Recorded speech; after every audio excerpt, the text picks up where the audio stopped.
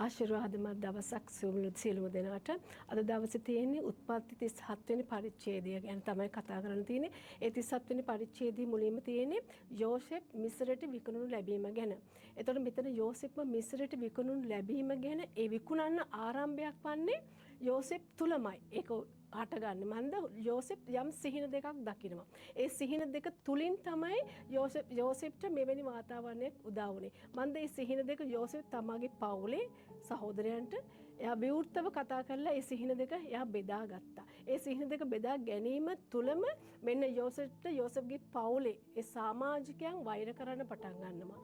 මන්ද යෝසෙප් උසස් වෙනවා කියන ඒගොල්ලන් තුල යම් හැඟීමක් ඇති වුණා. දවසක යෝසෙප් ඒගොල්ලන් තුල ආණ්ඩුකාරත්වය ලබා ගන්නේ කියලා. එතකොට මේ අතරදී යෝසෙප්ට ඔන්න ස්වප්නකාරය වෙනවා කියලා යම් නාමයකුත් පට බැඳුණා. වෛර කරා, අපහාස කරා. නමුත් මේ හැම දෙයක් තුළින්ම යෝසෙප්ට මේ වෙනකොට වයස අවුරුදු 17ක්. ඒ තරුණ වයසේදී යෝසෙප් විශ්වාසවන්තව දෙවියන් වහන්සේ තුල යෝසෙප් සිටගත්තා. අද ඔබ යේසුස් වහන්සේ පිළිගත්තා වූ කෙනෙකු වෙන්න පුළුවන්. ඔයා අද ඔයාගේ පවුලේ ඔයා තනි වෙලා වෙන්න පුළුවන්.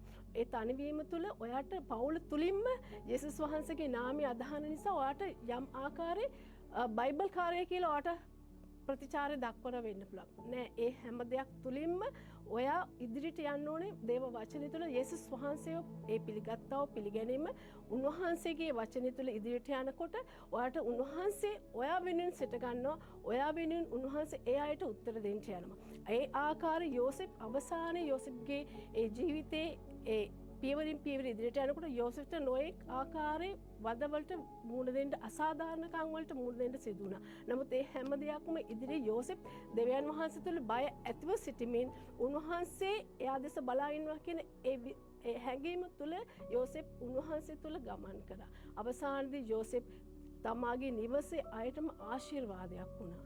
නමුත් සහෝදරයෝ දැනගෙන හිටියේ නෑ. ඒ අපේ සහෝදරයා තුලින් අපේ ජීවිතවලට යම් ආශිර්වාදයක් නිදහස් වෙන බව, යම් ආකාරයේ අපේ ජීවිතවලට ආලෝකයක් ඇති වෙන බව ඒ සහෝදරයෝ දැනගෙන හිටියේ නෑ. නමුත් ඒ හැම දෙයක් ඉවසගෙන ඒ හැම දෙයක් තුලින්ම යෝසෙෆ්ගේ ගමන යෝසෙෆ් ගියා. දෙවියන් වහන්සේ විශ්වාස කළා. ඒ විශ්වාසය තුල කීකරුණා, දේව බය තිබුණා. ඒ හැම දෙයක් තුලින් ඒ ආශිර්වාදය එයාගේ පවුලේ අයටම නැවත නිදහස් වුණා. එසේනම් අද දවසේ ඔබ තනි වෙලා නැහැ. ඔබට කවුරු මොන දේ කිව්වත් විවේචන කරත් අපහාස කරත් මොන ආකාරයේ නම් පටබැඳ තැබුවත් ඔබ විශ්වාසවන්තව දේව බය ඇතුව ස්ථිරව ගමන යන්න උන්වහන්සේ ඔබව ඔබගේ පවුලයට ආශිර්වාදයක් කොට නිදහස් කරන්න උන්වහන්සේ විශ්වාසවන්තව සිටින තැනන් වහන්සේ. එසේනම් ශක්තිමත් වන්න ජේසුස් පිහිටයි.